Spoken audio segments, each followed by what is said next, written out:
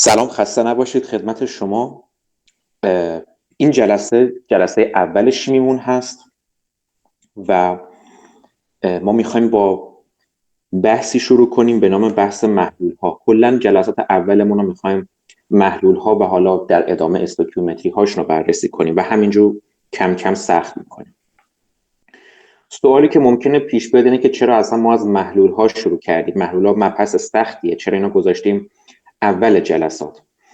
ببینید، این کار ما از عمد کردیم تا شما زمان اینو داشته باشید که نقطه ضعفاتون رو درست کنید. اگه ما اینو میخواستیم بذاریم وسط یا اواخر جلساتمون، مشکلی که پیش اومد شما ممکن بود زمان کافی برای درست کردن از ضعفاتون نداشته باشید و به طور کلی اصلا اون مبحث رو حذف کنید از خوندن.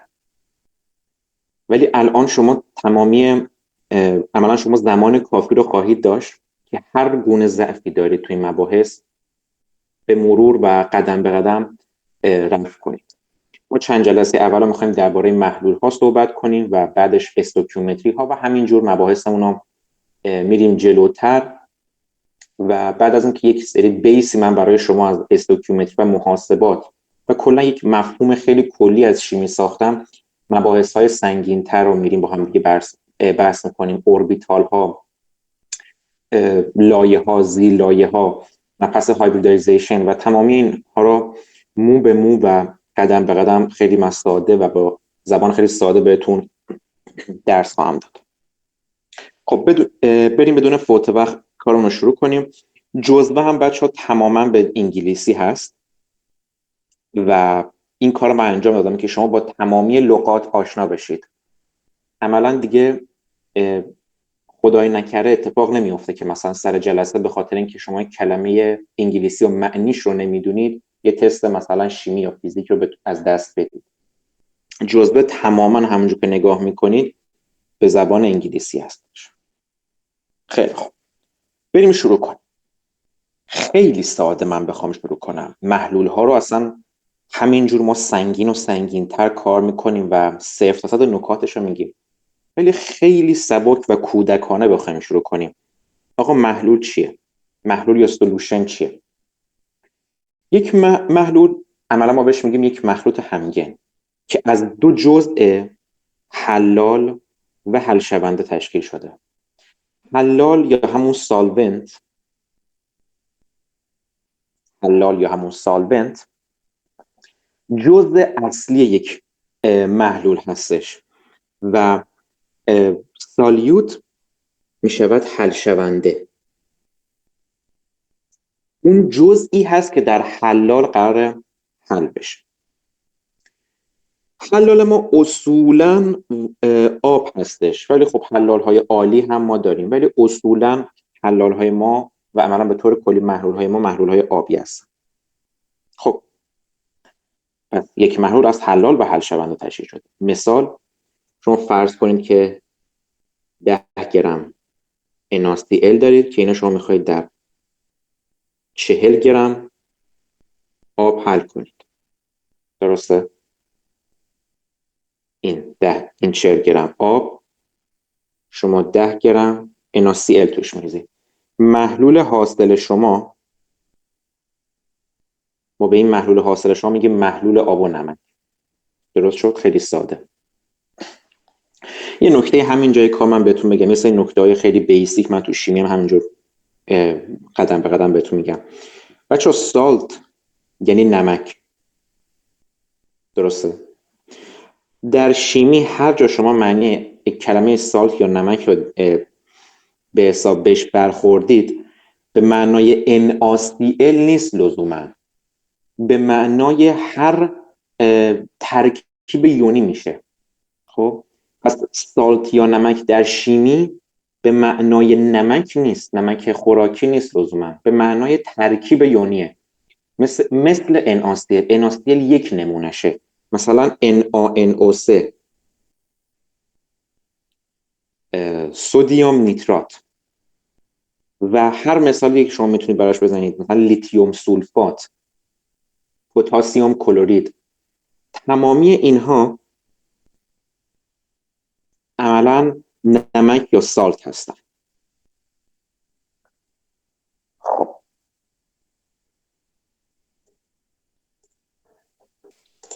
خب اما بریم سراغ یک چیزی به نام کانسنتریشن یا غلظت. کانسنتریشن یا غلظت. بچه غلظت چیه؟ ما میخوایم غلظت پارامتری تو شیمی هست که برای میزان حل شونده به کار میره. یعنی چی؟ یه مثال خیلی ساده بزنم که شاید شما هر روز باهاش در ارتباط هستید و خیلی راحت تر شما میدونید منظور چیه. شما دو تا لیوان رو در نظر بگیرید. من میخوام فرضاً شما دارید چای درست میکنید. خب شما در 2 لیوان آب جوش ریختید به میزان مساوی به فرض، و حالا شما میخواهید که حالا پودر چایی که به عملاً به عنوان حل شونده شما هست تو حلالتون که آب هست حل کنید. این لیوان لیوان A ما، این لیوان B ما. مثلا من 10 گرم اینجا پودر چای بریزم، اینجا 50 گرم پودر چای بریزم. خب چه اتفاقی میفته؟ اینجا A شما عملا یک چای رقیق ایجاد میشه، اما تو B شما یک چای خیلی غلیظتری ایجاد میشه. درسته؟ غلظت بیشتری داره. یه چای شما کم کدرتر میشه اگه دقت کنید. ما عملا به محلولی که غلظت پایینی داره، یعنی محلول A مثلا در اینجا، میگیم محلول رقیق. محلول رقیق به انگلیسی چی میشه؟ دایلیوت. و به محلولی که غلظت حل شونده بالایی داشته باشه ما بهش میگیم محلول غلیظ یا concentrated.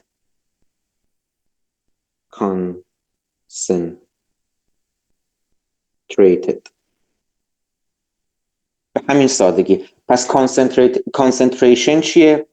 چیزی است که ما میخوایم برای میزان حل شونده درباره‌اش صحبت کنیم تو شیمی. اگر میزان حل شونده ها زیاد بود، کانسنتریشن ما زیاد بود، به اون محلول میگیم غلیظ یا concentrated. اگر غلظت حل شونده هامون کم بود، به اون محلول میگیم محلول رقیق یا دایلیوت. به همین سادگی. خیلی ساده. خب چه راههایی وجود داره که ما بیایم این غلظت حل شونده ها رو ما به دست بیاریم؟ راههای بچه گوناگونی وجود داره. من چند تاشو شروع میکنم با همدیگه آشنا بشیم با نحوه مفهومش و تست هاش و همینجور بریم جلو. مثلا PPM وجود داره. PPM رو داریم. مس پرسنت یا درصد جمعی داریم. یه سری چیزهایی هم داریم که اصلا شاید اسم ندارن، یعنی ولی میتونیم ما بیان کنیم که حالا من دونه دونه اینا رو تیپ بندی بهتون به ترتیب یاد میدم این جلسه. و حالا یک سری مفاهیم به نام مولاریتی و اینا هم داریم که اونها رو من جلسه 2 یا 3 من باهاتون کار میکنم. مولاریته، رقیق کردن محلول ها و تمامی تست ها و نکات. پس ما این روش ها رو برای بحث غلظت، به دست آوردن غلظت یا همون میزان حل شونده ها، PPM رو داریم، مس پرسنت داریم و یک سری فرمای جدیدی که من بهتون میگم باید چجوری باش برخورد کنیم. بریم دونه دونه با همه اینا آشنا بشیم. خب از چیزی شروع کنیم به نام PPM. مثلا این 3 تا حرف انگلیسی یعنی چی؟ Part per million، قسمت در محلول. ما میخوایم در قسمت در 1 میلیون را بفهمیم. خب یعنی چی قسمت در میلیون؟ خب اول بیاید یه لحظه خیلی اگه یه تیکهش متوجه نشدید صبر کنید. یک چند ثانیه 1 دقیقه زمان بدید، من کار دارم باشه. رابطه‌ای که وجود داره براش میگن آقا شما برای اینکه این PPM رو به دست بیاری، شما بیا جرم حل شونده رو تقسیم بر جرم کل محلول. خب جرم حل شونده تقسیم بر جرم کل محلول، یعنی حل شونده و حلال همه با هم، جرمشون رو میذاری تو مخرج، تو صورت هم جرم حل شونده و واحدات هم باید یکی باشه. مثلا اگه تو صورت کس داری به گرم جرم حل شونده رو میذاری، تو مخرج جرم کل محلول هم باید به گرم باشه. اگه بالا به کیلوگرم داری بیان میکنی، پایین باید به کیلوگرم باشه. اگه بالا به میلی گرم، پایین باید به میلی گرم باشه. اگه بالا به میکروگرم، پایین باید به میکروگرم باشه. اگه بالا به تن، پایین باید به تن باشه. هر چی که هست واحداشون باید یکی باشه.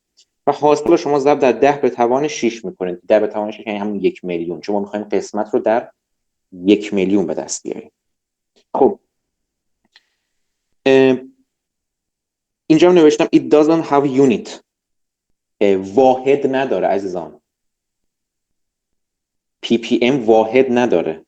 چرا؟ چون ما شرطمون اینه که واحد صورت با واحد مخرج باید یکی باشه. و وقتی ما این شرط رو براش مطرح کنیم که واحد صورت و مخرج با هم خط میخوره و فقط به شما یک عدد میده، این عدد دیگه واحد و یکایی عملا نداره.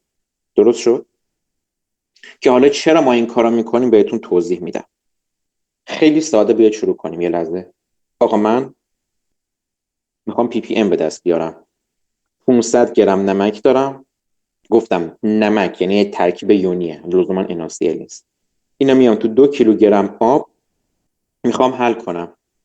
سوال پرسیده که آقا بگو پی پی امش چقدر میشه.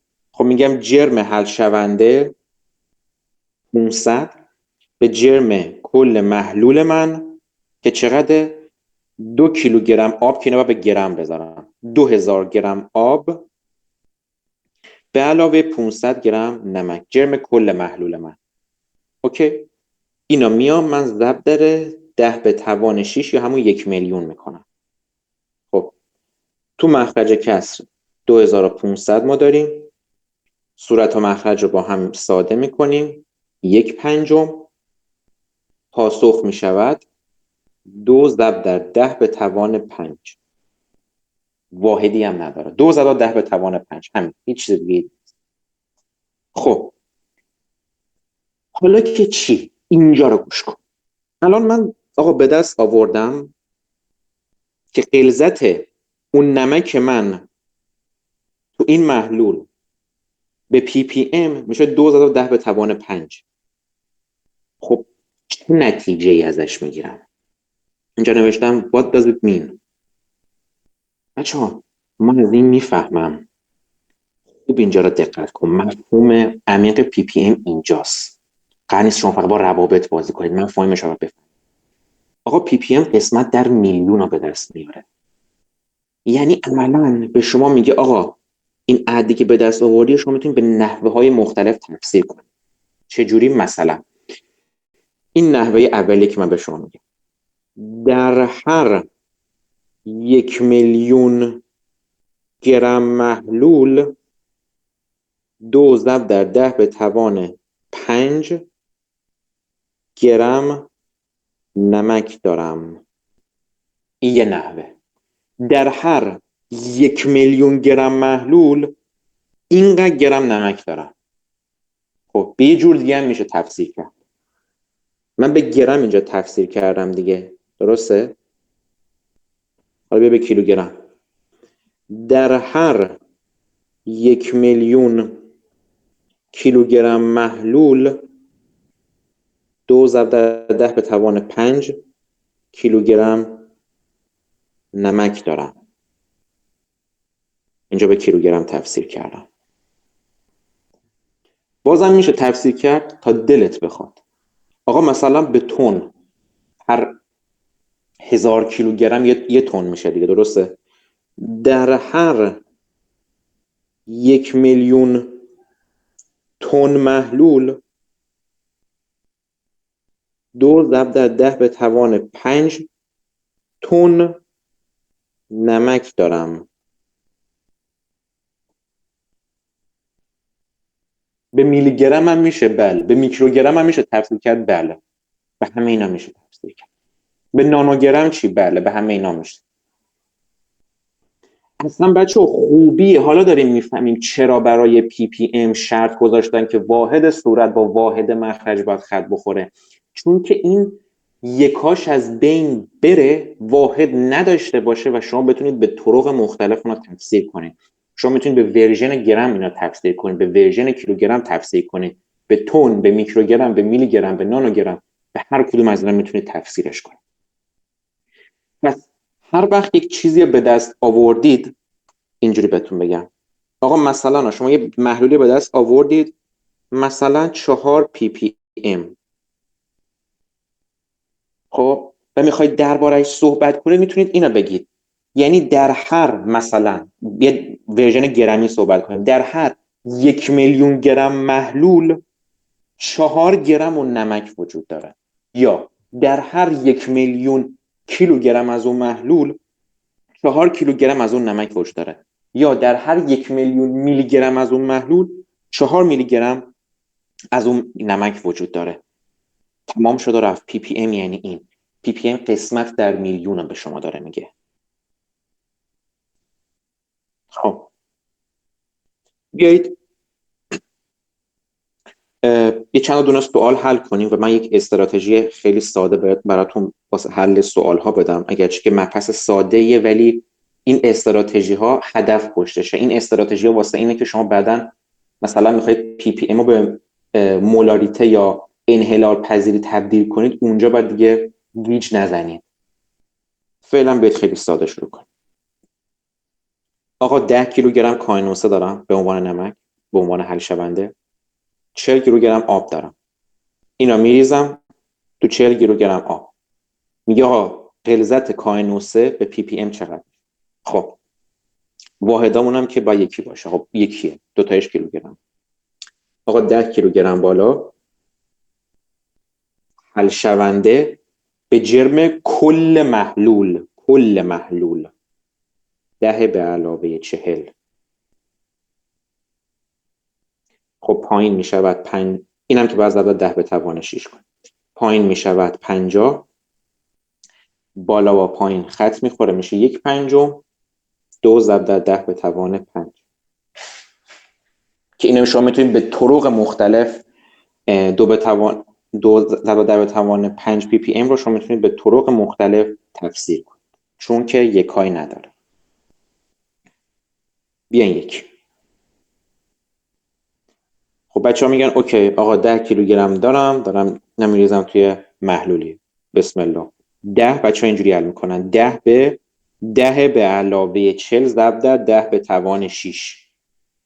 نکنی این کارا، این غلط، این کاملا غلطه. چرا غلطه؟ چون میگه 10 کیلوگرم کاهنوسه رو خب داری میریزی تو 40 گرم محلول. آقا جرم کل محلول تو 40 گرمه، نه فقط جرم آبش. تو سوال قبل من جرم آب رو فقط داده بودم به تو، واسه همین تو باید آب و نمک رو با هم جمع میکردی تو مخرج تا جرم کل محلول به دست بیاد. اینجا جرم کل محلول تو 40 گرمه، خودش به تو داده، پس مینویسی 10 به جرم کل محلول که 40 کیلوگرمه، اینو ضرب در 10 به توان 6 میکنی. درست شد که میشود 1/4. 1/4 ضرب 10 به توان 6 میشود 2.5 ضرب در 10 به توان 5 پی پی ام که به طرق مختلف را میتونید تفسیرش کنید. درست شد؟ حواستون باشه چی رو بهت میده؟ جرم آب داره بهت میده، میگه آقا این میزان نمک داره تو اینقدر آب حل میشه، یا این میزان نمک داره تو اینقدر محلول حل میشه، که بعد بدونی تو مخرج چه عددی بذاری. اگه آب میده خب بس آب و نمک رو با هم جمع کنید تا جرم کل محلول به دست بیاد، یا نه کل محلول خودش درسته بهت داده. حواست باشه یهو اینجوری گول نخوری که ببین جواب تغییر میکنه. اینجا نکن، این جواب 2 ضرب 10 به توان 5، اینجا 2.5 ضرب در 10 به توان 5 هستش. درست شد؟ خیلی ساده. خب حالا نکته استراتژی حل ما چیه؟ ما چجوری قراره اینا رو حل کنیم؟ این شکلی بهتون میگم خیلی سعی کنید به این شکل حل کنید. خیلی مزایا داره. اصلا کم کم میفهمید این مزایا چیه. هر چی که تست ها سخت‌تر بشه این مزیتش بیشتر بولد میشه، این روش حل کردن. چجوری حل کنیم؟ بچه از مفهوم خالص پی پی ام استفاده کنیم. پی پی ام بنده خدا چی میگه؟ همه چی تو 1,000,000 واحد داره درباره‌اش صحبت میکنه. درسته؟ در 1,000,000 واحد محلول داره صحبت میکنه. قبوله؟ خب شما بیاید از مفهوم خالص پی پی ام برای حل سوالات استفاده کنید. یعنی چی؟ من سوال اولو میخوام به یک روش دیگه حل کنم. 10 کیلوگرم نمک دارم، میخوام تو 40 کیلوگرم آب بریزم. درسته؟ قبول داری که جمع کل محلولم میشه 50 گرم، 10 به علاوه 40 میشه 50 گرم. پس عملاً قبول داری که ما در نهایت در هر 50 گرم محلول 10 کیلوگرم حل شونده داریم؟ در هر 50 کیلوگرم محلول، یا تناسب بنویسم، در هر 50 کیلوگرم محلول 10 کیلوگرم حل شونده داریم. اینا قبول داری؟ خب بچه پی پی ام میخواد بگه آقا حالا شما توی 1,000,000 واحدش چقدر؟ تو حالا بگو تو 1,000,000 کیلوگرم محلول چقدر حل شونده داری؟ اینو به دست بیار. که سخت نیست که آقا، مفهوم خودشه. آقا میتونه تو 1,000,000 چقدر؟ شما اینو به دست میاری 10 به توان 6 در 10 به 50. دوباره همین عدد 2 ضرب در 10 به توان 5 رو بهت میده. ببین دیگه اون فرموله رو استفاده نمی‌کنی، یه تناسب میبندی که این تناسب بر اساس عقل، از بحث مفهومشه. ممکنه بگین که فرق نداره. بله اینجا فرق نداره، در ادامه فرق خواهد داشت که چجوری شما اینا حل کنید. هر چه مسئله سخت‌تر بشه این نحوه حل بیشتر جذاب‌تره و راحت‌تر میشه برای تو. بعدی آقا 10 کیلوگرم کائنوسه رو تو 40 کیلوگرم محلول دارم حل میکنم. خب چی میگم؟ میگم در هر 40 کیلوگرم محلول 10 کیلوگرم نمک دارم. بگو در هر 1,000,000 کیلوگرم محلول چند کیلوگرم نمک دارم؟ این پی پی ام به شما میده. تو 1,000,000 واحد داره میگه تو 1,000,000 واحد چقدر ما حل شونده داریم. این ایکس رو به دست بیار. 10 به توان 6 در 10 به 40. این دوباره میشه 1/4 ضرب 10 به توان 6 که میشود 2.5 ضرب در 10 به توان 5 پی پی ام. درست شد؟ پس برای حل تست های پی پی ام ما از یک تناسب فقط استفاده میکنیم. اینجا که نوشتم our strategy for solving PPM problems، یه دونه جدول تناسب می نویسی. تمام شد و رفت. کم کم میفهمید چقدر این تأثیر داره این روش حل. به مرور. خب بیاید سوال حل کنیم. میگه آقا من 4 میلی گرم NaCl دارم is dissolved یعنی حل شده در 8 کیلوگرم محلول. جرم کل محلول رو من داده. 4 میلی گرم NaCl در 8 کیلوگرم محلول حل شده. گفته what is the concentration of NaCl in ppm. خب گفتم تناسب میبندی. آقا یه تناسب خیلی عقلی میگه در هر، حالا 8 کیلوگرم، اینا کیلوگرم این میلی گرم و اینا واحدا یکی بشه. عملا کیلوگرم میشه 8 ضرب در 10 به توان 6 میلی گرم. دیگه بچه اینا رو بلد دیگه. میلی، اینا رو بلد. میلی یعنی 10 به توان 3. میکرو میشه 10 به توان منفی 6. کیلو میشه 10 به توان 3. مثلا میگه 1 کیلوگرم یعنی 1000 گرم، 10 به توان 3 گرم. اینا رو حالا امیدوارم بلد باشید حتما. خب 8 کیلوگرم محلول یعنی 8 میلی گرم، 8 ضرب 10 به توان 6 میلی گرم محلول. در هر 8 ضرب در 10 به توان 6 میلی گرم محلول شما 4 میلی گرم نمک دارید. به من بگو در هر 1,000,000 میلی گرمش چند میلی گرم حل شونده داری؟ ایکس به دست. مفهوم خود پی پی امه. میشود نیم. گزینه سی. درست شد؟ به همین سادگی. تست بعدی برعکسش کرده. آقا مهم نیست، من یه روش دارم، من روش دیگه ای ندارم حالا اینو برعکسش کنه من روشمو تغییر بدم. نه آقا من یه روش دارم. میگه آقا غلظت کاآی پتاسیم یودید هست 150 پی پی ام در محلولی که جرمش 7500 گرمه. میگه هم بگو چند گرم پتاسیم یودید حضور داره توی این محلول. خب برعکس رو داده، یعنی پی پی ام رو داده، جرم حل شونده رو از تو خواسته. ازدان روشمون رو تغییر نمیدیم. بچه این یعنی چی؟ این یعنی چی؟ 150 پی پی ام رو شما به فرمت گرمی برای من تفسیر کن. به فرمت گرمی برای من تفسیر کن. یه لحظه ویدیو رو پاس کن، تفسیر کن و بعد ویدیو رو دوباره پلی کن. تفسیر کردی؟ میگه یعنی در هر 1,000,000 گرم از اون محلول 150 گرم پتاسیم یودید داری. میگه اینو نمیگه، من اینو فهمیدم. آقا این به من میگه در هر 1,000,000 گرم از اون محلول 150 گرم پتاسیم یودید دارم. سوال اینه، میگه تو 7500 گرم محلول چند گرم پتاسیم یودید داری؟ و تموم شد، ایکس برو به دست بیار. چجوری؟ 7500 در 150 تقسیم بر 10 به توان 6 که حالا هر شکلی که میتونی این رو محاسبه کن و گزینه رو بزن. یه محاسبه ساده است، حالا من تو محاسباتش دیگه وقتمون رو نذارم. به همین سادگی. تست بعدی میگه ببین چقدر ساده حل میشه، همش با یه تناسب ولا غیر، یه تناسب. if we pour یعنی ریختن. میگه اگه ما 400 گرم سدیم سولفات، مگه بیام 400 گرم سدیم سولفات رو تو 2 کیلوگرم آب بریزیم، جرم محلول نداره، 2 کیلوگرم آبه. What would be the concentration in ppm؟ خب چیکار میکنم؟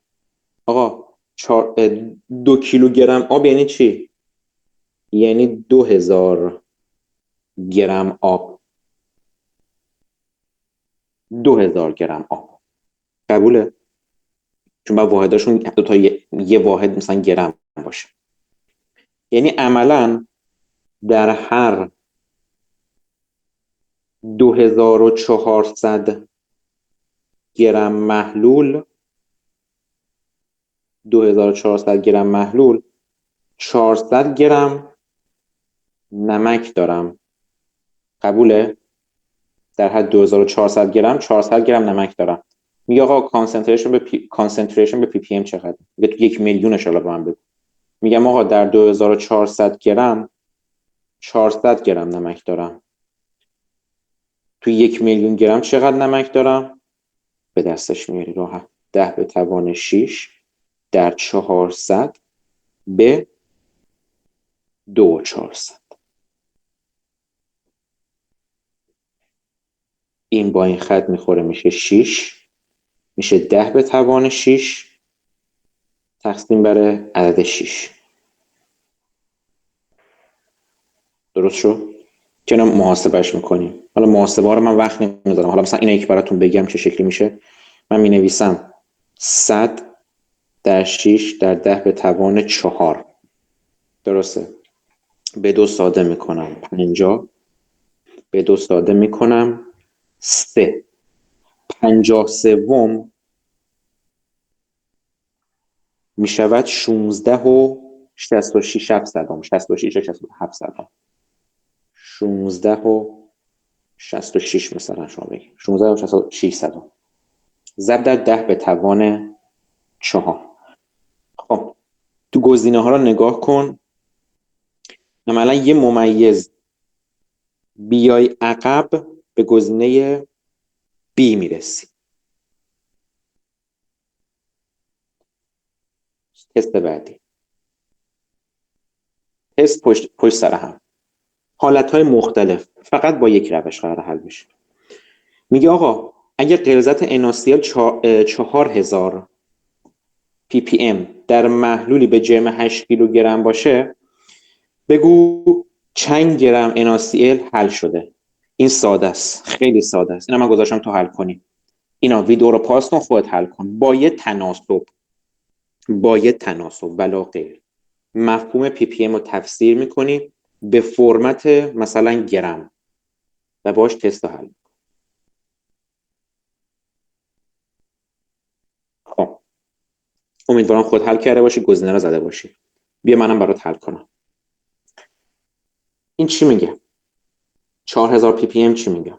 در فرمت گرمی بیا تفسیرش کنیم. میگه در هر 1,000,000 گرم از اون محلول 4000 گرم NaCl ما داریم.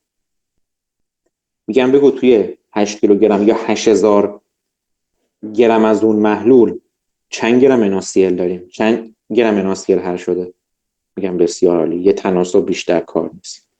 آقا در هر 1,000,000 گرم محلول 4000 گرم حل شده. تو 8000 تا چقدر حل شده؟ X رو به دست میاریم. 8000 در 4000 به 10 به توان 6. این صفر اینا رو بزنی با این تمومه. پاسخ میشه 32 گرم NaCl. گزینه B تمام شده. حالا سوال اینه، میگم بگو ببینم in the above question تو سوال بالایی how much water does the solution have؟ چقدر آب این محلول ما داره؟ خب بچه محلول ما چی بود؟ 8 کیلوگرم جرم کل محلول بود. آقا جرم کل محلول 8000 گرمه. خب من میدونم محلول از دو جزء حلال و حل شونده تشکیل شده.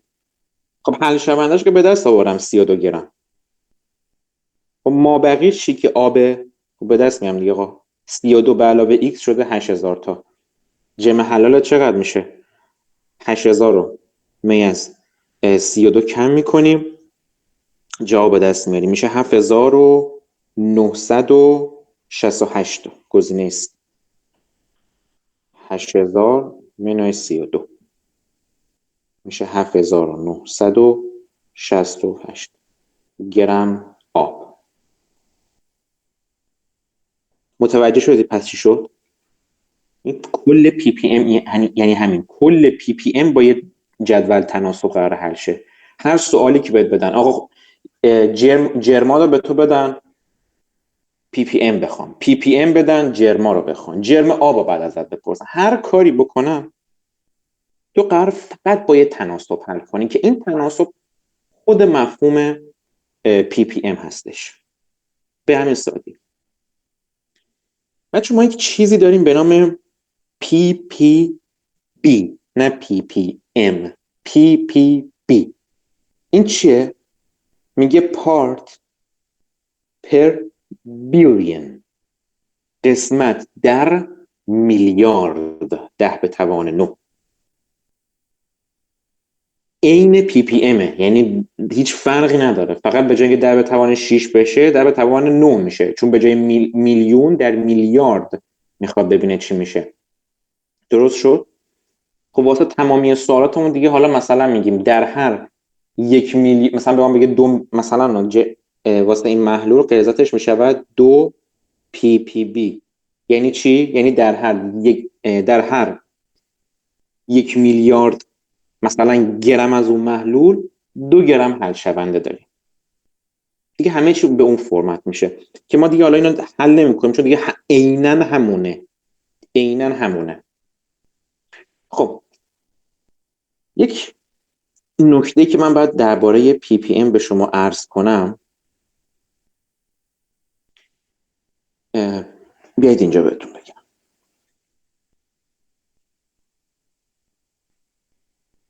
PPM اصولاً کجاها به کار میره و اصلا چرا ما PPM رو داریم؟ چرا ما یه محلولی میایم در میلیون بررسی میکنیم؟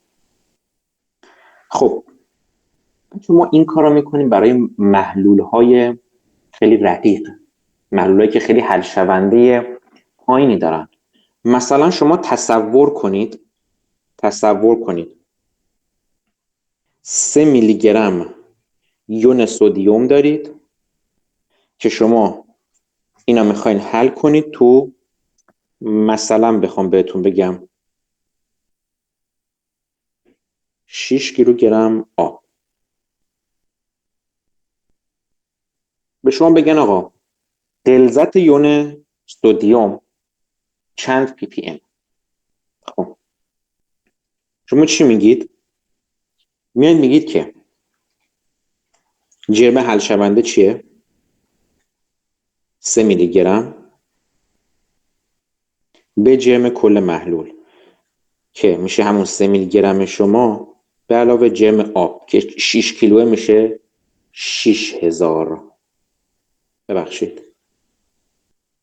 6 میلیون 6 به توان 6 6 میلیون میلی گرم که من زدم 10 به توان 6 میکنم. خب بچه یک اتفاقی میفته. مخرج کسر رو یه لحظه یک نگاهی بندازید. مخرج کسر رو نگاه کنید. جمعش چی میشه؟ 6 میلیون به علاوه 3. پاسخ میشه چی؟ میشه 6 میلیون و 3. درسته؟ 6 میلیون و 3 میلی گرم که اینو شما حالا که شما این حاصل کسر به دست میارید ضرب 10 به توان 6 میکنید. اما یه لحظه بچه این نکته، جرم حل شونده شما نسبت به حلال شما واقعا ناچیزه. 3 در برابر 6 میلیون. خب یعنی شما وقتی میخواین اینو محاسبه کنید خیلی جاها نمیان بگن دیگه جرم محلول ما 6 میلیون و 3، میگن آقا جرم محلول 6 میلیونه. چون اصلا اون دیگه اصلا چجوری بهتون میگم حساب نمیشه، اصلا تأثیری تو محاسبات نداره. شما اینجوری حساب کن، بگو 3 تقسیم بر جرم خود حلال که میشه 6 میلیون. درسته؟ که شما این پاسخ رو به دست بیاری، این صفرهای مخرج با اون 10 به توان 6 میره، 3 شیشم میشه نیم. میشه نیم PPM. درست شد؟ حالا اگه میخواستیم اون 3 هم تحصیل بدیم چی میشد؟ این یه ذره تغییر میکرد، مثلا در اعشار، مثلا چه میدونم در اعشار انومش یه دونه عدد تغییر میکرد. با ماشین حساب بزن ببین چی میشه. خیلی تأثیری نداره، اصلا ناچیزه. بنابراین شما میبینید که بعضی جاها ممکنه بگن آقا در PPM ما میایم جرم حل شونده رو به جرم حلال محاسبه میکنیم. بچه این همیشه نیست. زمانی در PPM شما میتونید تو مخرج کسر جرم حلال رو بذارید به جای محلول که جرم حل شونده نسبت به حلال بسیار ناچیز باشه. درست شد؟ من این نکته پس اینجا بنویسم براتون با یه رنگی.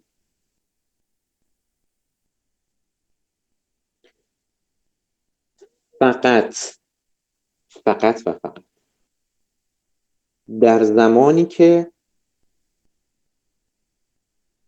جرم حل شونده نسبت به جرم حلال ناچیز باشد میتوان جرم محلول را همان جرم حلال در نظر گرفت. فقط زمانی که جرم حل شونده نسبت به جرم حلال ناچیز باشه. عزیزان این تبصره است. فقط شما در این شرایط میتونید این کارو بکنید، نه شرایط دیگه. اصولش اینه که شما باید اینو تقسیم بر جرم محلول کنید، ولی تو این شرایط خاص چون اصلا عدد اینقدر تاثیر نداره، تو اعشار انومش یک کوچولو تاثیر ایجاد میکنه، ما میتونیم از جرم حلال به جای جرم محلول استفاده کنیم. این نکته رو حواستون بهش باشه. خیلی خوب.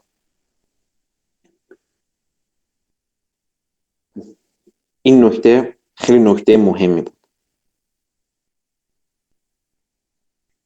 بریم سراغ چیزی به نام مس پرسنت یا درصد جرمی. درصد جرمی این چیه؟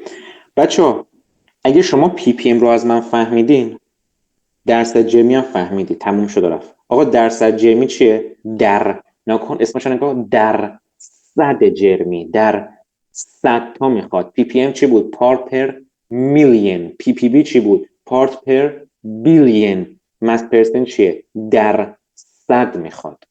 نگاه کن، در صد. این شد، هیچ نیازی به درس نداره اینا. آقا هر پارامتری که اونجا داشتی حالا اینجا در صد تا میخواد از تو. عین همون آقا شما جرم حل شونده رو تقسیم بر جرم کل محلول میکنی، واحد صورت و مخرج باید یکی باشه و به خاطر همین دیگه یونیت نداره. عین همون.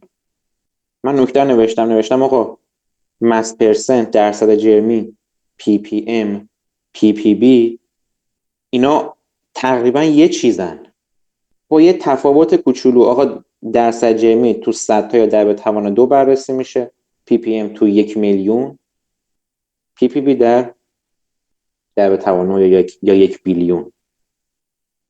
نوشتم we have the same strategy for solving the problem. آقا ما استراتژی یکسانی داریم. بریم آقا تست 6 میگه 125 گرم KBr پتاسیم برومید داریم که حل شده توی 375 گرم آب. What is the mass percent of KBr؟ کاری نداره که. آقا استراتژیم چی بود؟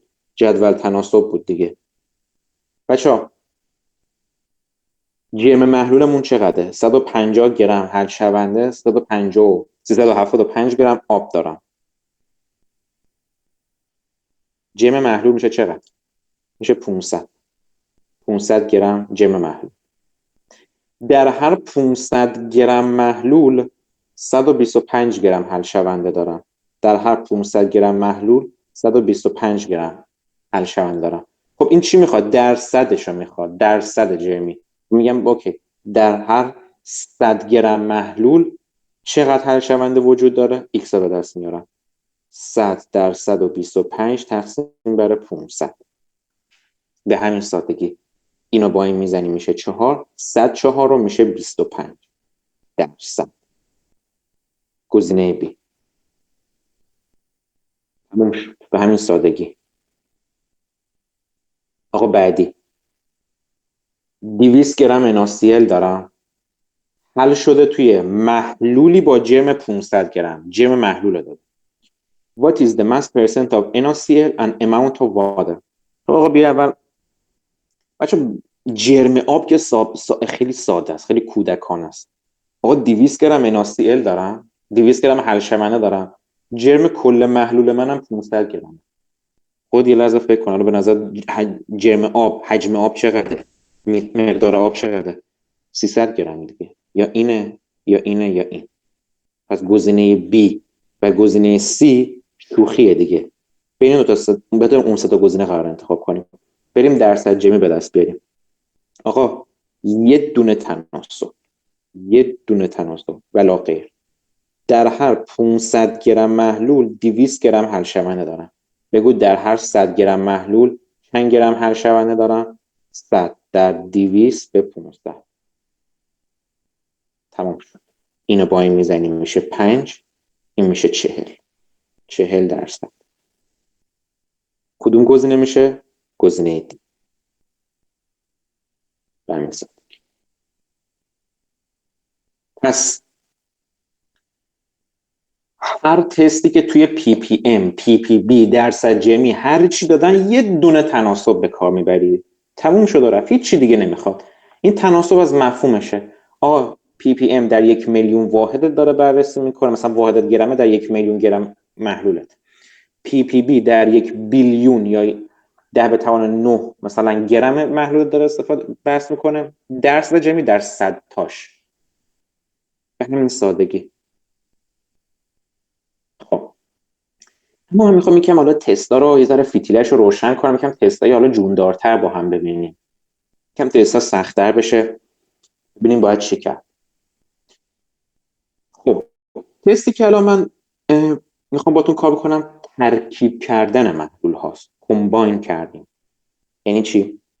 میگه آقا من محلول A دارم 20% جرمیه، محلول B دارم 30% جرمیه. خب and also we have 10 gram NaCl توی محلول B، 15 گرم NaCl تو محلول B. What will be the mass percent if we combine these two solutions؟ آقا یه لحظه من این شکل برای تو بکشم. این محلول A شما، این محلول B شما. اوکی؟ شما یه میزانی آب دارید در هر دو دونه محلول و یه میزانی هم شما توش اومدید نمک حل کردید. خب من تو A چقدر نمک دارم؟ 10 گرم. 10 گرم نمک اینجا دارم. اونجا هم من گفته 15 گرم داری. 15 گرم نمک هم اینجا دارم. درصد جرمی محلول A من داده 20%. اینم به من داده 30%. گفته آقا من بیام این دوتا رو مخلوط کنم بشه یه محلولی. مثلا اسمشو بذاریم محلول C. مثلا محلول C. میگه تو این محلول C که از این محلول A و B به دست اومده، محلول A و B رو ریختیم رو کله هم دیگه، محلول C به دست اومده. میگه آقا این محلول C چند درصد جرمیه؟ سوال خیلی خوبیه. برید با هم اینو حلش کنیم. بچه من این سوال خیلی ساده ازتون بپرسم. بچه شما میخواید درصد جرمی C رو به دست بیارید، قبوله؟ یعنی باید بگید آقا جرم حل شونده به جرم کل محلول زد 100 حالا درصد واحد. خب خیلی ساده عزیزان، قبول دارید حل شونده محلول C همون حل شونده A و B؟ آقا حل شونده A چقدره؟ 10 گرمه. اوکی. B چقدره؟ 15 گرم. خب این 10 و 15 رو هم میان، اینجا شما 25 گرم حل شونده دارید. خیلی ساده و منطقی. آقا جرم محلول C چی؟ خب جرم محلول C من جرم محلول A و B به دست اومده دیگه. آقا ما این از اون گرفتیم دیگه، از جای دیگه که نگرفتیم. پس جرم محلول A و جرم محلول B را جمع کنیم میشه جرم محلول C. خب بریم اینا رو به دست بیاریم. آقا از A، از این شروع کنیم. جرم محلول A به دست بیاریم. میگه 20% جرمی، از این استفاده کن. یعنی در هر 100 گرم محلولش 20 گرم NaCl داره. به من بگو در 10 گرم NaClش چند گرم محلول داریم؟ آقا در هر 20 گرم NaCl، هر 20 گرم NaCl در 100 گرم محلول حل شده. به من بگو هر 10 گرم NaCl در چند گرم محلول حل شده؟ پاسخ 50 گرم. و 50 گرم محلول حل شده. و جرم محلول A میشه بعد 50 گرم. خیلی عالی. آقا برای B میگم 30% جرمیه. میگم هر 30 گرم حل شوندهش در هر 100 گرم محلول حل شده. به من بگو ببینم هر 15 گرم حل شوندهش چقدر تو چند گرم محلول حل شده؟ اینم به دست میاره، اینم میشه 50 گرم. 50 گرم محلول A، کل جرم محلول A میشه 50 گرم، B هم 50 گرمه. خب بچا جرم کلی محلول C چقدره؟ 100 گرم دیگه. آقا تموم شد. 100 گرم محلول داری، 25 گرمش حل شونده است. به همین سادگی. یه دونه تناسب هم نیاز نیست. الان بچه تناسب نیازه، در هر 100 گرم محلول 25 گرم حل شونده دارم. خب میشه 25% دیگه. گزینه است بی. خودش تو 100 گرمه. تموم شد. یکی دیگه. بچه ترکیب کردن محلولا چیز عجیبی نیست. آقا محلول A و محلول B رو کله همدیگه میرسن میشه محلول C. خب پس حل شونده A با حل شونده B حل شونده C رو تشکیل میده. جرم محلول A با جرم محلول B جرم محلول C رو تشکیل میده. تمام شد و رفت. هیچ چیز دیگه نیاز نیست. یه فرمول دبیرستان بود. این فرمول واقعا مسخره است کسی بخواد از اون فرمول استفاده کنه. اصلا که این ساده است. فرمول مثلا تو صورت و مخرج کسر بزرگ بنویسیم، اعداد رو به دست بیاریم. چرا وقتی اینقدر مفهومش ساده است؟ تست 9 رو نگاه کن. تست شماره 9. According to the solutions A and B, what would be the mass percent if we combine them? آقا محلول A، این محلول A 30 گرم NaCl دارم، 75% جرمی. 20 گرم NaCl دارم، 50% جرمی. این تو محلول B. میگه آقا بگو مس پرسنت محلولی که از اینا گرفته میشه چقدره؟ ولی این کاری داره؟ برو ببینم خودت اینا به دست بیار. ویدیو رو پاس کن، خودت اینا به دست بیار، جوابو تیک بزن.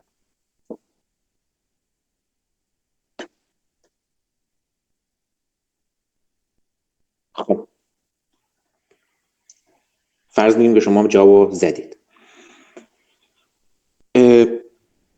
بریم آقا. من میخوام بدونم درصد جرمی محلول حاصل مثلا محلول C چقدره.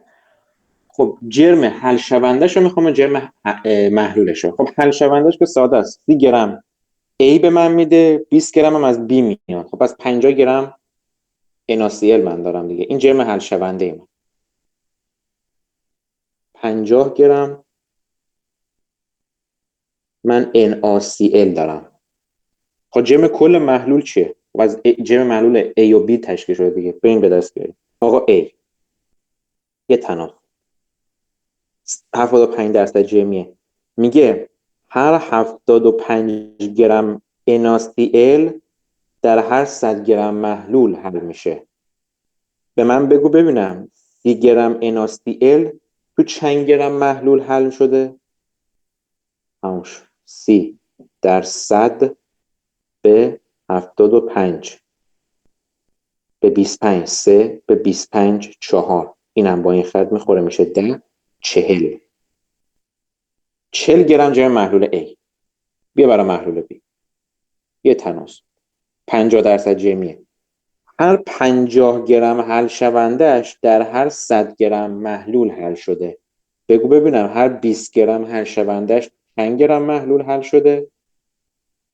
20 در 100 به 50. این با این خط میخوره میشه 2.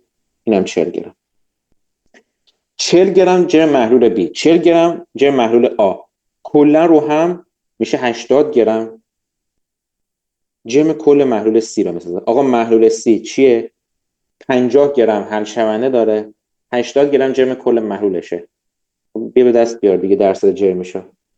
میگم در هر 80 گرم محلول 50 گرم حل شونده دارم.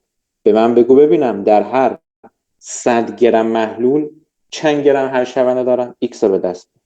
این X که شما به دست بیاری پاسخت محاسبه میشه. میشه 100 در 50 به 80 درسته؟ به 20 می شود 4 به 20 می شود 5 به 2 به 2 25 بالا می شود 125 پایین هم می شود 2 125 دوم می شود 62 و نیم. بله گزینه شماره C تمام شد به همین سادگی.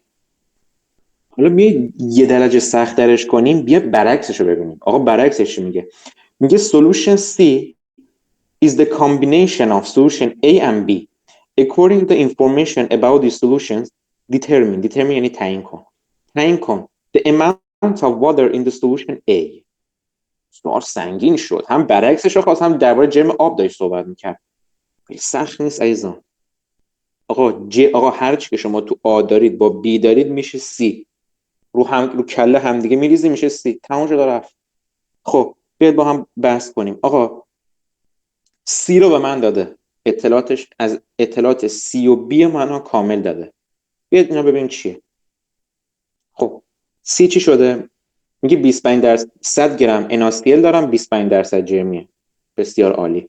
یعنی در هر 100 گرم، بذار اینجوری بگیم، هر 25 گرمش در هر 100 گرم محلول حل شده. من بگو ببینم 100 گرم حل شوندش تو چند گرم محلول حل شده؟ میخوام جرم کل محلولش به دست بیارم. میشه 100 در 100 به 25. این با این خط میخوره میشه 4. میشه 400.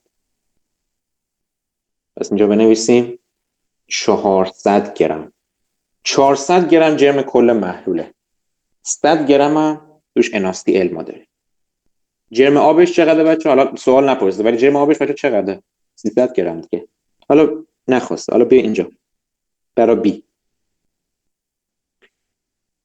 رو به دست بیاریم. آقا 35% جرمیه، یعنی هر 35 گرمش تو هر 100 گرم محلول حل شده. به من بگو ببینم 70 گرمش تو چند گرم محلول حل شده؟ X رو به دست بیار. 70 در 100 به 35. این با این خط میخوره میشه 2. میشه 200. پس من اینجا بنویسم 200 گرم هم جرم محلولش. پس محلول B 200 گرمه، 70 گرم NaCl داریم. سوال نخواسته ولی آره بچه‌ها چقدر آب داریم توش؟ آفرین 130 گرم. خب آقا محلول آ جرم محلولش به نظرتون چقدره که با 200 گرم جرم محلول B قاطی شده 400 گرم واسه محلول C. قطعا هم 200 بوده دیگه. قبوله؟ خب بچه محلول آ 200 گرم جرم محلولشه، 30 گرم جرم حل شوندشه.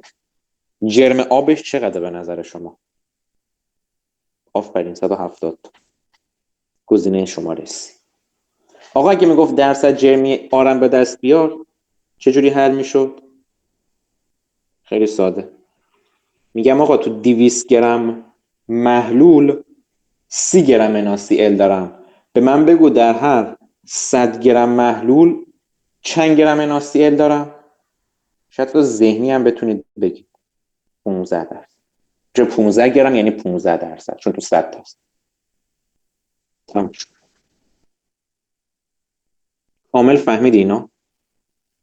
داستان به همین سادگی بود. هر جوری تست بخوام بهتون بدم آقا بیان اینا رو به هر شکلی به شکل مخلوط کردن بهتون بدن، همش ما با یه جدول تناسب و با مفاهیم میریم جلو. هیچ نکته دیگه‌ای که نگفتیم که فرمول و اینا نداره که. پس ppm تو 1 میلیون میخواد، ppb در 1 میلیارد میخواد، درصد جرمی هم در 100 تا میخواد. خب این تموم شد. غلظت رو ما در درصد جرمی ppm و ppb بررسی کردیم. حالا ممکنه غلظت رو به یک شکل و یک فرمت جدید بهتون بدن که شما تا حالا ندیدید. یه دونه تست بیا حل کنیم در این باره. یعنی چی مثلا؟ میگه آقا غلظت NaNO3 سدیم نیترات هست 3 کیلوگرم پر لیتر آف سولوشن. لیتر این اصلا معنی حجم داره. خب غلظت NaNO3 یعنی چی؟ غلظت NaNO3 چقدره؟ 3 کیلوگرم در هر یه لیتر محلول. گفته what is the mass percent of NaNO3؟ سوال یکم ممکنه پنگ کنی، یعنی چی به چیه؟ یه دونه چگالی محلول هم به شما داده 12 گرم بر هر سانتی متر مکعب. خب چجوری اینو به دستش بیاریم؟ هر وقت بچه‌ها گیج میشید نمیفهمید باید چی کار کنید توی سوال، بیایید از مجهول شروع کنید. آقا چی رو میخواد؟ یه لحظه بگم چی رو میخواد. مگه درصد جرمی رو نمیخواد؟ خب درصد جرمی چیه؟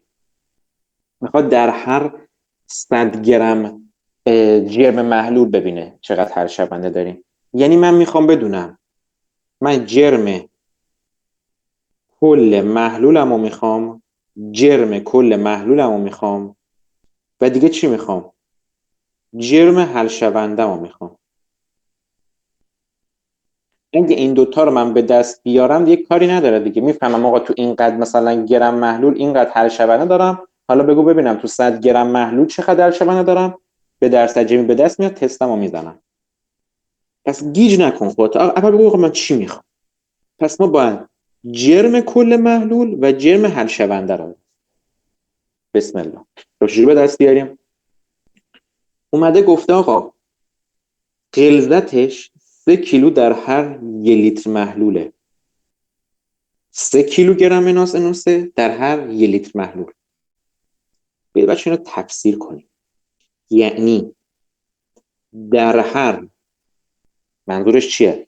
در هر 1 لیتر محلول 3 کیلوگرم NaNO3 دارم. در هر 1 لیتر محلول 3 کیلوگرم NaNO3 دارم. چیزی که خودش گفت، من فقط هم تفسیر میکنیم. خب ما میفهمیم که تو 1 لیتر محلول 3 کیلوگرم حل شونده داریم. خب اینش عالیه. ولی این 1 لیتر محلول ما جرمش چقدره؟ ما جرم اینا میخوایم. ما اینجا نکن جرم اینا میخوایم. لیتر یعنی حجم. پس باید یک چگالی بهمون بده. چگالی عزیزان چیزی نیست جز برقرار کردن رابطه بین جرم و حجم. هر وقت مسئله‌تون نیاز به شما باید جرم رو به دست بیارید و حجم دارید، قطعا بهتون چگالی میدن. اصلا شک نکنید. یا برعکس شما مثلا به شما جرم دادن، شما باید درباره حجم صحبت کنید، قطعا بهتون چگالی میدن. نکنه تو پرانتز صورت سوال چگالی ما بهمون داده. چگالی فقط یک کار میکنه، ارتباط برقرار میکنه بین جرم و حجم. نگاه کن واقعا هم همین کارا میکنه. میگه آقا در هر سانتی متر مکعبش ما 12 گرم حل شونده داریم. ببخشید 12 گرم جرم محلولمونه. میگه آقا هر معذرت میخوام در هر میگه هر سانتی متر مکعب از اون محلول، این چگالی محلوله، در هر سانتی متر مکعب محلول ما 12 گرم جرم داره. درسته؟ ما میخوایم بدونیم 1 لیتر محلول ما چقدر جرم داره. بچه 1 لیتر نمیدونید بدونید 1000 سانتی متر مکعب شود 1 لیتر. اوکی؟ محلول من در هر سانتی متر مکعب 12 گرم جرم داره. به من بگو بینم تو 1 لیتر یا همون 1000 سانتی متر مکعب چقدر جرم داره؟ چقدر جرمشه؟ خب اینا به دست میارم، میشه 12 ضرب در 1000 که میشه 12,000 گرم یا 12 کیلوگرم. پس من فهمیدم 1 لیتر محلول من 12 کیلوگرم جرم داره. بچه تست حل شد. ما فهمیدیم در هر 12 کیلوگرم محلول 3 کیلوگرم حل شونده داریم. خب ببین حالا در هر 100 کیلوگرم محلولت چند کیلوگرم NaNO3 داری؟ چند کیلوگرم حل شونده داری؟ در هر 12 کیلو محلولم 3 کیلو حل شونده دارم. بگو در هر 100 کیلو محلولم چند کیلوگرم حل شونده دارم؟ ایکس تا به دست میاد. 100 در 3 به 12 میشه 25. 25 کیلوگرم حل شونده در هر 100 کیلوگرم که الان ما اینو میگیم 25 درصد. 25 درصد. به همین سادگی. آقا پی پی ام از ما میخواد، کاری نداری که. ما فهمیدیم در هر 12 کیلوگرم محلول 3 کیلوگرم حل شونده داریم. پی پی ام میخواد، اوکی. ببینم در هر 1,000,000 کیلوگرم محلولم چند کیلوگرم حل شونده دارم؟ ایکس به دست میارم. آقا پی پی بی میخواد، اوکی. میگم در هر 12 کیلوگرم محلولم 3 کیلوگرم حل شونده دارم. من ببینم در هر 10 به توان 9 کیلوگرم محلول چقدر حل شونده دارم؟ پی پی بی هم اینجوری به دست میاد. به همین سادگی. نکتهش چیه؟ هر وقت به شما غلظت رو به یک فرم جدید دادم، میبینی غلظت پی پی ام نیست، غلظت درصد جرمی نیست، غلظت مثلا جلوتر میبینی مولار نیست، یک چیز جدیده. میگه آقا 3 کیلوگرم بر لیتر. خب من شاید نمیدونم آقا 3 کیلوگرم بر لیتر چی هست این داستان، کاری به اسمش نداشته باش، مفهومش رو بچسب. ببین چی میگه. میگه عملا در هر 1 لیتر محلول، در هر 1 لیتر محلول ما 3 کیلوگرم حل شونده داریم. برو با این بازی کن. در هر 1 لیتر محلول 3 کیلوگرم حل شونده داری. خب این لیتر محلول فقط کافی بکنه ببینید چند کیلوگرم جرمه. قطعا چگالی باید تو بده تا رابطه بین جرم و حجم رو ایجاد کنه. بله چگالی هم تو پرانتز بهمون داده. با چگالی این حجم رو فهمیدم چند کیلوگرم جرمه، تموم شد. فهمیدم در حد 12 کیلوگرم محلول 3 کیلوگرم حل شونده وجود دارم. دیگه آقا هر چی میخوای، درصد جرمی میخوای درصد، پی پی ام میخوای در 1,000,000، پی پی بی میخوای در 1,000,000,000 یا 10 به توان 9. کامل متوجه شدی؟ اینجا نوشتم که it doesn't matter what they give you. اهمیت نداره چی بهت میدن. You should just think about the concept of that. عزیزان هر جوری که غلظت رو بهتون بدن، کانسنتریشن رو به هر نحو و هر فرمتی بهتون دادن، فقط و فقط به یک چیز دقت کنید و اون چیز اینه که مفهومش رو نگاه کنید. مفهومش چیه؟ اولیه نگاه کن 3 گرم بر لیتر. آقا غلظت هم اولیه من 3 گرم بر لیتر. اسمش رو کاری ندارم آقا اسمش چیه. مفهومش اینه در هر لیتر مثلا از اون محلول 3 گرم حل شونده دارم. حالا هر چی سوال از من خواسته بعد میبینم چی میگه. بعدی تو برای من بگو. 4 کیلوگرم به لیتر، یعنی در هر لیتر از اون محلول 4 کیلوگرم حل شونده دارم. آفرین. در هر لیتر از اون محلول 4 کیلوگرم حل شونده دارم. بعدی چیه؟ 20 درصد جرمی. آقا غلظت بگه 20 درصد جرمی. یعنی چی؟ یعنی در هر مثلا فرمت گرمی بگیم، در هر 100 گرم محلول 20 گرم حل شونده دارم. هیچ اهمیتی نداره اسم اون غلظتی که بهتون میده اسمش چیه، مفهومش رو بچسب. یک کسره، حالت کسری داره. ببین تو اونقدر محلول چقدر ارزان به خدمتتون حل شونده وجود داره. درست شد؟ این هست.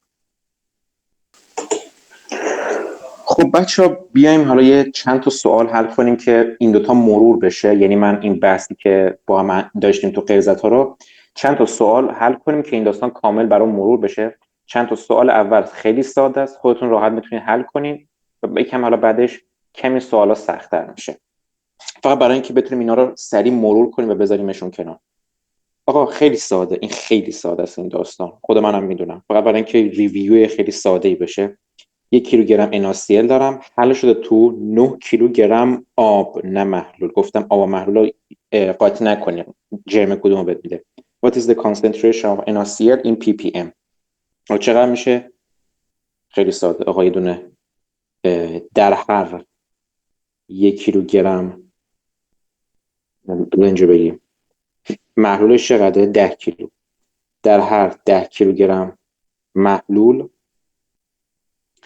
1 کیلوگرم حل شونده یا همون NaCl داریم. در هر 10 کیلوگرم محلول 1 کیلوگرم NaCl داریم. ppm میخواد. در هر 10 به توان 6 کیلوگرم چند کیلوگرم NaCl داریم؟ که خب پاسخ میشه 10 به توان 5 گزینه شماره C.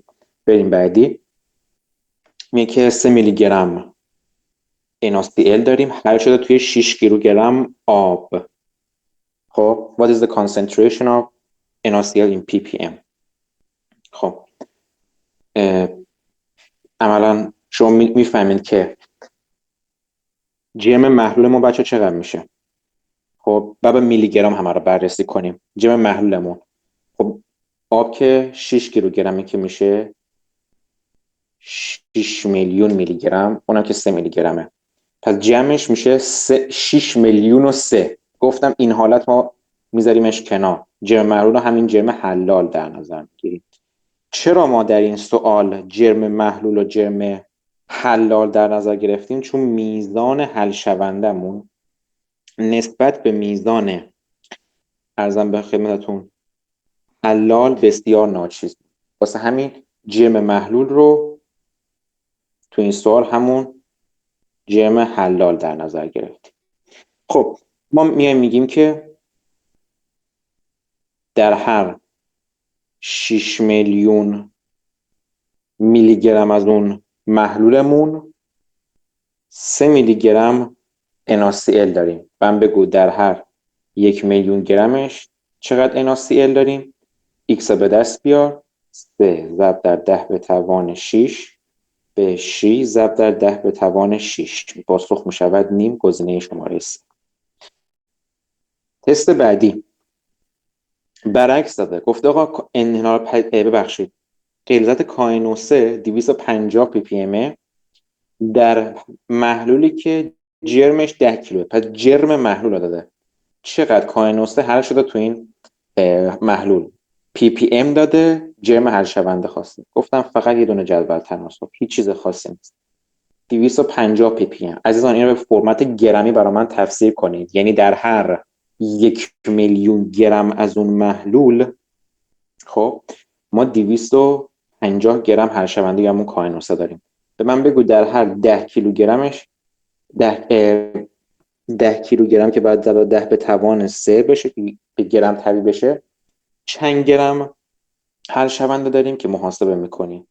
این که میشه 10 به توان 4 در 250 تقسیم بر 10 به توان 6. این با این میره، این میشه 100. 250 تقسیم بر 100 میشود 2.5 گرم، گزینه شماره B. یه ذره رو بگم سوالا رو سخت‌تر کنیم و این کامبینیشن ها حل کنیم. بچه‌ها این رو خودتون حل کنید. یعنی ویدیو رو الان پاس کن، خودت فکر کن، محلول A و B رو بکش، اینا تشکیل محلول C رو میدن و خود اینا حل کن. خب ما فرض میکنیم که الان خودت شما اومدی محاسبه کردی، حالا من خودم براتون محاسبه میکنم. محلول A رو دارم که توش 15 گرم حل شونده است، محلول B دارم که 40% جرمیه 10 گرم حل شونده است. میگه اگه این دو تا رو با هم کمباین کنم درصد جرمی توی محلول جدید چی میشه؟ محلول A دارم 30% جرمی، محلول B دارم 40% جرمی. اینها تشکیل محلول C رو میدن که درصد جرمیشو میخوام به دست بیارم. این محلول A ما، B ما، C رو میسازن. خب تو A چند گرم حل شونده هست؟ 15 گرم. 15 گرم حل شونده KCl. توی B هم 10 گرم. 10 گرم KCl. خب بریم حساب کنیم. چجوری گفتم درصد جرمی C رو به دست بیاریم؟ آقا جرم حل شوندهش رو میخوایم، جرم محلولش رو میخوایم. جرم حل شوندهش که واضحه، 15 گرم از این داره، 10 گرم از این، کلاً 25 گرم حل شونده داره. خب محلول چی؟ محلولش هم از این میاد و از این. بریم از A حساب کنیم. تو A میگیم چون 30% جرمیه، هر 30 گرمش در هر 100 گرم محلول حل شده. به من بگو 15 گرمش در هر چند گرم محلول حل شده که X به دست میاد. عملاً 50 گرم محلول. بیا اینجا. درصد جرمیش 40، در هر 40 گرمش در هر 100 گرم محلول حل شده. به من بگو 10 گرمش تو چند گرم محلول حل شده؟ X به دست میاد 25 گرم. 25 گرم جرم محلول B'ه.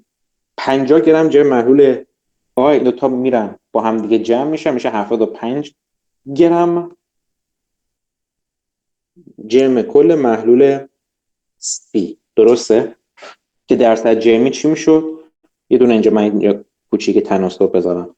آقا میگم در هر 75 گرم 25 گرم دارم. بگو در هر 100 گرم چقدر دارم؟ X رو به دست میاریم دیگه. اینجا من بیام X رو به دست بیارم. 100 در 25 به 75 میشه 33 ممیز 33 صدم درصد. گزینه شماره B. تست بعدی، تست 5. خود اینو حل کن. من کوچیکش کنم. بیا یه ذره کوچیک‌تر. تست 5 خود حل کن. یه دور رو پاس کن، خودت حلش کن، بعد جوابت با من چک کن. خب بریم. عملا دیگه سوال معلومه، من دیگه رو سوال نگاه نکنیم. میگه آقا این محلول A 20% جرمی 5 گرم حل شونده داره. محلول B درصد جرمیشو نمیدونم و میخوام، حالا نگفته میخواد، عملا حجم آبو میخواد ولی حالا اونم میتونیم به دست بیاریم. و 20 گرم هم حل شونده داره و اینا محلول C رو تشکیل میدن که 50% جرمیه. گفته که آقا میزان آب، من اینجا بنویسم amount of water، جرم آب توی محلول B رو از ما خواسته. خیلی خوب، گام به گام برم به این جلو. آقا بریم از درباره محلول C و A که دربارش اطلاعات داریم صحبت کنیم. خب بچه‌ها محلول C به نظر چقدر حل شونده داره؟ خب 5 گرم که از A گرفته، 20 گرم که از B، پس 25 گرم حل شونده داره که NaOH سدیم نیترات هستش که 50% جرمیه. جرم کل محلولش میشه چقدر؟ به اینجا حساب کنیم. هر 50 گرم حل شونده در هر 100 گرم محلول حل میشه. من بگو 25 گرم حل شونده توی چند گرم محلول حل میشه که اینا شما میتونید به دست بیارید. پاسخ میشه 50. پس جرم محلول C شما 50 گرمه که 25 گرم حل شونده داره. جرم آبش چقدره؟ قطعا 25 گرم، ولی حالا نمیخواد اصلا. خب این از این. بریم سراغ محلول A. آقا محلول A 20% جرمی 5 گرم حل شونده داره. هر 20 گرم حل شونده تو 100 گرم محلول حل شده. من بگو 5 گرمش تو چند گرم محلول حل شده که شما اینا به دست بیارید میشه 25 گرم. 25 گرم جرم کل محلول A هست که 5 گرمش حل شونده است. چقدرش بچه؟ آب 20 گرم. البته از ما اینا نخواسته. خب حالا من یه سوال دارم. آقا 25 گرم جرم کل حل شونده، 25 گرم جرم کل محلول A. B رو نمیدونم جمعشون شده 50 گرم، جمع کل محلول. 25 به علاوه 40 میشه 50، دوباره با 25. پس 25 گرم جمع کل محلول B هستش که 20 گرمش حل شونده است. خب گفته چقدرش آبه. بچه ساده است دیگه. بچه 25 گرم جرم کل محلوله، 20 گرمش حل شونده است، و 5 گرمش آب دیگه. جواب گزینه A. اگه از ما میپرسید درصد جرمیش چقدره، مثلا میگفت مس پرسنتش چقدره، میشه چی؟ میگفتم آقا در هر 25 گرم محلول 20 گرم حل شونده حل شده. به من بگو در هر 100 گرم محلول چند گرم حل شده، که پاسخ رو به دست می آوردم. پاسخ میشد 80. ولی اینو از ما نخواست. خب تست 6 ذره سخت‌تره. اینو سعی کن حل کنی. ویدیو رو پاس کن، روش فکر کن، بعد بیا با من چک کن. خب بریم حل کن. بچه تست 6 به پی پی ام داده. فرقی نمیکنه آقا، این بست کامبینیشن، این ترکیب کردن این محلول‌ها میتونه به پی پی ام بده، به پی پی بی بده، میتونه به درصد جرمی بده. خب هیچ فرق نداره. شما میتونید اینو به فرمت پی پی ام حل کنید، یعنی همین پی پی امی که داده شما حل کنید باهاش. ولی من ترجیح میدم این کارو نکنم، چون پی پی ام و پی پی بی اینا عددهای خیلی بزرگی در میاد و عملا میتونیم اینا رو تبدیل کنیم به درصد جرمی و بعد حل کنیم. عددهای کوچیکتری خواهیم داشت. یعنی مثلا شما چجوری میتونید تبدیل کنید؟ من چجوری بچه میتونم پی پی ام رو تبدیل کنم به درصد جرمی؟ فقط کافیه زد و در به توان -4 کنید. 4 تا صفر ازش بردارید. خب این شکلی. یعنی الان محلول A شما میشود 25% جرمی. محلول C شما میشود 37.5% جرمی. حالا حل کن. خیلی عدد به جای اینکه شما اینجا 25 زد و 10 به توان 4 داشته باشی، 25 داری. اینجا به جای اینکه 375 زد و 10 به توان 3 داشته باشی، 37.5 داری. خیلی عدد ساده تره. خب دیگه مثل تستای قبل دیگه آقا راحت باش میتونیم برخورد کنیم، حلش کنیم. درباره محلول A و C اطلاعات دارم، میرم سراغش. آقا بیا محلول C. خب محلول C چقدر حل شونده داره؟ 10 گرم از اینجا داره، 20 گرم از اینجا. پس 30 گرم حل شونده داره که 37.5%. یه تناسب ببندیم. در هر 100 گرم محلول، بذار اینجوری بگیم، نه 37.5 گرم حل شونده در هر 100 گرم محلول هستش. به من بگو 30 گرم حل شونده در چند گرم محلول هست؟ ایکس شما اینجوری به دست میاد. 30 در 100 به 37.5. خب شما اینا رو به این دوتا رو شما این و این رو ساده کنید، این می شود 3، این می شود 8. این 3 رو با این 30 ساده کنید می شود 10. پاسخ می شود 80. درسته؟ خب 37.5 رو با 100 رو به 12.5 ساده کردم. خب 80 گرم میشه جرم کل محلول. 80 گرم محلول منه. چقدرش آب؟ 50 گرم. البته نمیخواست جرم آب. خب برم سراغ محلول A که حالا از اینم اطلاعات دارم که 25% جرمیه، یعنی هر 25 گرمش در هر 100 گرم محلول حل شده. حالا میخوام ببینم 100 گرمش در چند گرم محلول حل شده، که خب برای این داستان X میشود، ببخشید اینجا 10. هر 10 گرمش چقدر حل شده؟ خب اولا میشود 1000 تقسیم بر 25 که میشه چقدر؟ میشه 40. 40 گرم جرم کل محلول.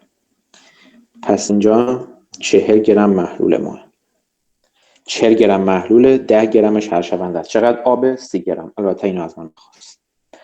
خب آقا بریم درباره جمع محلول ها حرف بزنیم.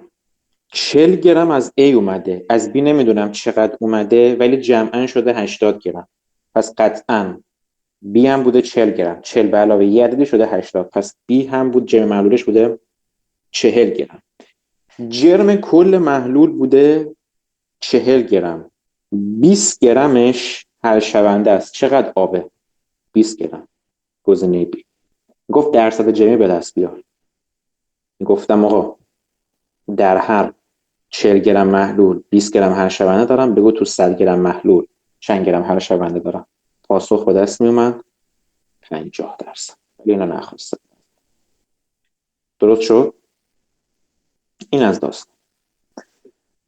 خب جلسه بعدی عزیزان، این جلسه رو ما کامل با هم دیگه ریویو کردیم. حدود 1.5 ساعت بدون وقفه با هم دیگه کار کردیم. درباره غلظت‌های آشنایی اولیه داشتیم. اینها رو ما به مرور سخت و سخت‌تر می‌کنیم، یعنی این مثال‌ها همه به این سادگی نخواهند بود. خب اینا رو ما همینجور چیزای اضافه بهش می‌کنیم، مول و مولاریته رو وارد بازی می‌کنیم، تعداد اتم‌ها رو میاریم. مثلا میگیم آقا اگه در مثلا چه می‌دونم 2200 میلی لیتر محلول مثلا پی پی ام چقدر میشه. یه چنین مثال‌هایی رو در ادامه با هم دیگه حل خواهیم کرد، ولی این جلسه اول بود، از صفر شروع کردیم. این یک آشنایی خیلی اولیه با غلظت‌ها و محلول‌ها بود. جلسه بعد مفصل میایم انحلال پذیری از 0 تا 100 کار میکنیم با تیپ بندی سوالا و با یک استراتژی جذاب که خودم بهتون یاد میدم. و جلسه بعد شما رو به خدا میسپارم. خدا نگهدارتون.